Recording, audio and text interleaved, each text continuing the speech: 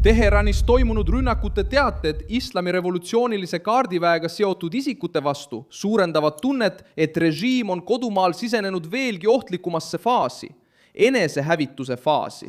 Sellel reedel, 17. aprillil 2026 ei ole keskne küsimus enam ainult väline sõda. Nüüd on kaalul see, et kriis võib jõuda Iraani pealinna tänavatele ja tabada süsteemi enda kaitsetuuma. Kui ilmnevad märgid, et repressiooniga seotud mehed hakkavad ise sihtmärgiks muutuma, on see tugev sõnum. Hirm on osas ühiskonnas pooli vahetanud ning režiim saab sellest aru. Tegelikult toimub praegu kulumise kuhjumine. Aastaid protestide jälgimiseks, mahasurumiseks ja lämmatamiseks kasutatud islami revolutsiooniline kaardivägi ja Basij on sattunud tormilise tähelepanu keskmesse. Reuters kinnitas seda. Reutersi andmetel rünnati Teheranis Basiji positsioone just seetõttu, et neid peetakse režiimi sisekontrolli osaks. Samuti on kinnitatud kõrgetasemeliste isikute surm, nagu Gholamreza Soleimani, Basiji juht ja Majid Kademi, kaardiväe luureülem, kes sai sel kuul Teheranis surma. See on oluline, sest näitab, et režiimi kaitse ei ole enam endine. Kes on selle kriisi keskmes? Ühel pool on Iraani režiim. Seda toetavad islami revolutsiooniline kaardivägi, Basij ja repressiivaparaat, mis on alates jaanuari protestidest taas jõuliselt tegutsema hakanud.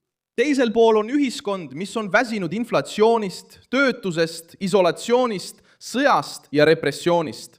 Reuters teatas, et valitsus kardab uut sisemist plahvatust niipea, kui sõjamajanduslikud mõjud selgemalt ilmnevad. Agentuuri enda tekst kirjeldab praegust hetke kui üht kõige ohtlikumat Iraani süsteemi jaoks. Arreteerimiste, hukkamiste, tänavamobilisatsiooni ja isegi miinimumvanuse alandamisega, et tugevdada valveposte. Kus see surve kõige rohkem koondub? Teheranis, režiimi poliitilises südames, aga ka kogu Iraani majanduses.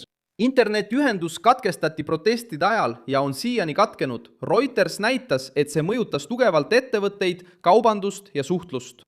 AP teatas samuti sel nädalal, et digipimendus jätkub, jättes elanikkonna sõltuma režiimi ametlikust versioonist.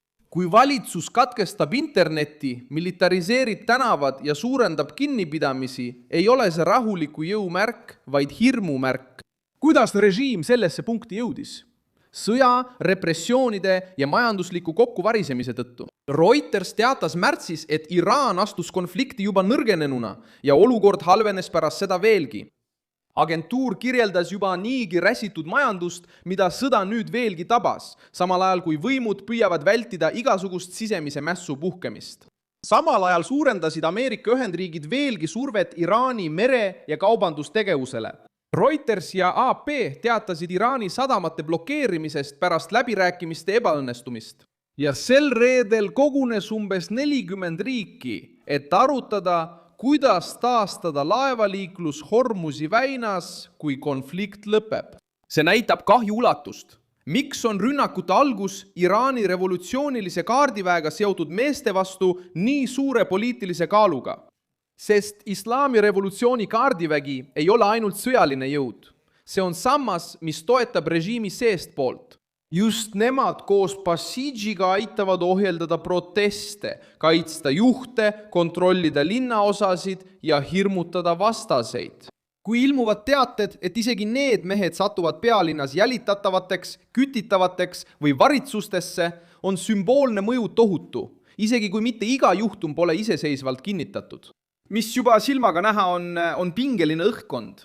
Liidrid on tapetud, positsioone on rünnatud, repressioonid on tugevnenud ja valitsus kardab uut rahutust kohe, kui sõda vaibub. Lõpuks on järeldus selge. Tippjuhtkond kaotas võtmeisiku. Majandus on endiselt lämmatatud, internet on jätkuvalt tsenseeritud, elanikkond on endiselt hirmul. Ja Teheran, mis peaks olema režiimi masinavärgi kõige paremini kaitstud piirkond, kohta tuleb juba teateid hirmust, rünnakutest ja ebakindlusest. Praegu kujuneb välja pilt süsteemist, mida survestatakse väljaspoolt ja mis on seestpoolt õõnestatud. Ja kui repressioonimasin hakkab värisema juba pealinna sees, saab režiim aru, et oht ei ole enam ainult piiridel. See on pealinna enda tänavatel.